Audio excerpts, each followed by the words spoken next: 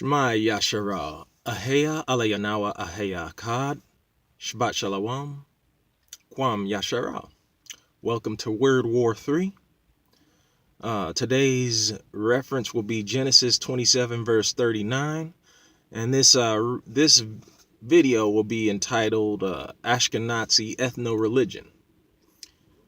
Out of the mouth of two or three witnesses. Here we go.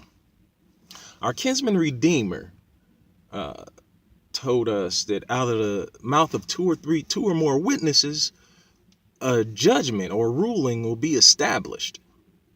You can't really do much with one witness saying, what they did is right or wrong. It's better to have two or three witnesses. So here we go.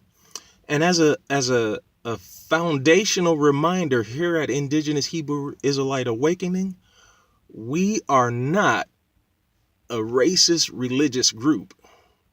We simply live here in America. Now, the quick note, our ethno-religious quotes will be taken from the Jew-like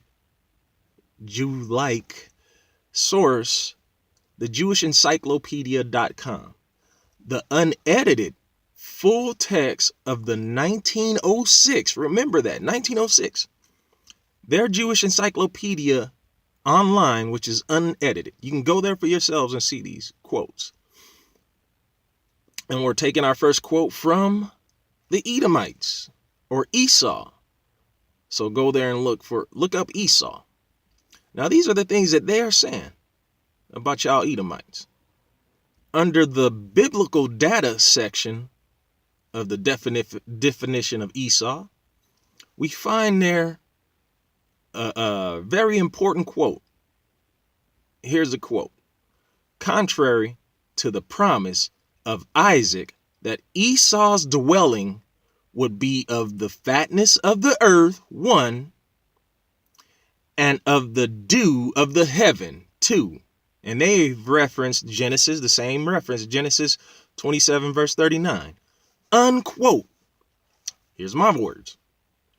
Here, the ethno-religious Ashkenazi Jewish practitioners who wrote this stuff, they're saying that their supposed forefathers made a prophetic lie. They're calling Isaac a liar. Here we go, real quick. Under the Hebrew Israelite guidance, which is I'm giving you today, and not none of that angry stuff you're hearing on the campfire street preachers. Not none of this. We're giving you the actual Hebrew Israelite guidance. Our father, Isaac, prophesied that Esau, Edom, Udumi, Idumean, Aduma, whatever foreign language that you wish to call them, they are all the same. They all fall under the category of Esau, you Edomites, would acquire 2 dwellings, 1 through the fullness of the earth, which they have circumnavigated their entire globe. They circumnavigated their entire globe and subjugated many races, from Africa to Australia to the Americas and even to the Orient, the East Asians. They have circumnavigated their globe and spread their philosophy worldwide. This is a prophecy of Father Isaac. He said that. Now let's get to the next one. The dew of heaven. Listen close, readers. Listen close, viewers. Today, Europeans, aka you Edomites, our forefather Isaac prophesied about you. The fatness of the earth you have. We all know this. But the one thing that y'all not paying attention to, that many of you are not paying attention to, you put your space station above the earth. You guys did that. You were the first to do it. In fact, claim so much pride into being the first to do these things It's remarkable how anyone can say, oh, well, they're not Edomites. It's remarkable. But I'm going to give you the second witness. Not only that our father Isaac said, Isaac, who is the promised son, not only did he say that you would be Edomites, that Edomites would do these things, and prophesied about it, about the Edomites having the earth and also having the dew of heaven, having a dwelling in the dew of heaven. There is one book that many of you probably know already, the book of Obadiah, where Esau is condemned. Right there, this book alone condemns the people who have their dwellings in space. It's a one chapter book specifically judging in Edomites. The prophet Obadiah is the second biblical witness to put Edomite dwellings, satellites, space stations, in the heavens. You guys did that. So there's no doubt that the Bible has prophesied. There's no doubt that Father Isaac has prophesied against the Edomites. There's no doubt that Obadiah prophesied against the Edomites doing these wicked things on the planet. And we Hebrew Israelites are not being racist when we call you Edomites. That's y'all nationality. That's y'all biblical nationality, who our forefathers directly pointed to the people who would be doing these things, even prophesied about the people who would be doing these things. So this is not racism. This is actually having a Hebrew Israelite awakening, having an awakening of who we actually are, instead of calling you white, which is the office of business and management. It's a economic political term, not a racial term. Again, not racist. It's an economic term to call you guys, to call your people white, just like it is to call our people black when we're not.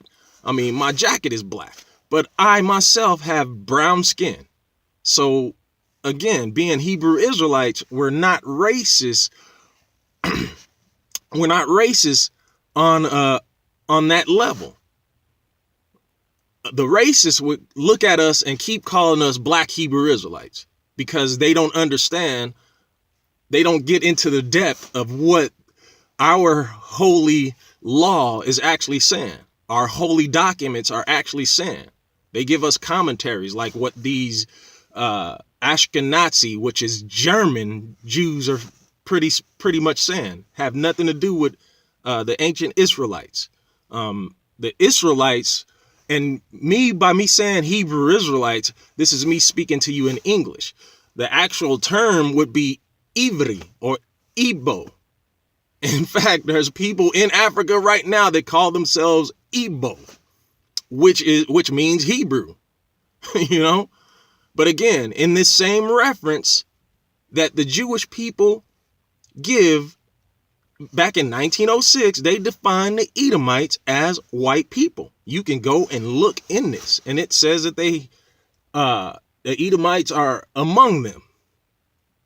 So again, don't look at the Hebrew Israelites saying that we are racist by calling you Edomites, which is a biblical term to describe the Greco-Romans that destroyed Jerusalem. The Greco-Romans, the Macedonians.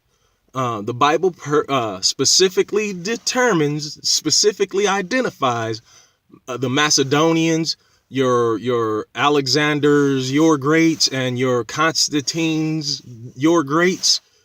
These are Macedonians. These are Greco-Romans who had that lineage from the German Empire, the Greco-Roman Empire, and they've all been determined to be Edomites.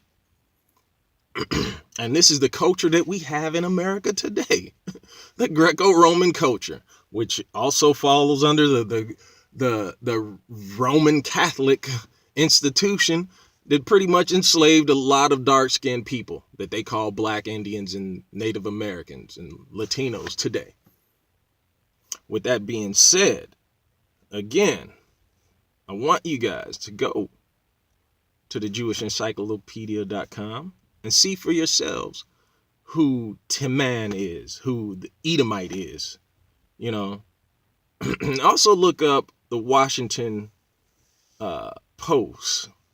I'll put those links below so that you guys can see that, you know, our identity have been stolen by racists, and we're just giving you an awakening. Now, some of us are angry and upset, but it's primarily not their fault. Now, and I'm not condemning them, nor am I endorsing the angry Hebrew Israelites that are out there. Those are my brothers, but they need to be awakened as well, because our ancestors were never racist. And God is never racist. He's never been. He would not have created all mankind on one planet to dwell on. But there are some of you who are maintaining the sins of your fathers, and you are giving us the blind eye to say, well, go somewhere else or that was in the past or whatever. But you're maintaining this ideology of hate in a governing society whose foundation is based off the sins of your forefathers. And that's something that we all can't escape. We can't escape it unless you change it. And that's one of the things that the Hebrew Israelites are arguing right now. Primarily the angry ones. They're so angry because you're holding on to the foundation of your forefathers while we're all suffering. And not just the Native Americans, blacks and Hispanics, the people you call blacks and Hispanics. Not simply just the lost tribes, but that third witness are you Edomites as well. And y'all know y'all history. Y'all know it. With that being said, I am your conscientious objector. I am a Hebrew Israelite. Hebrew Israelite out.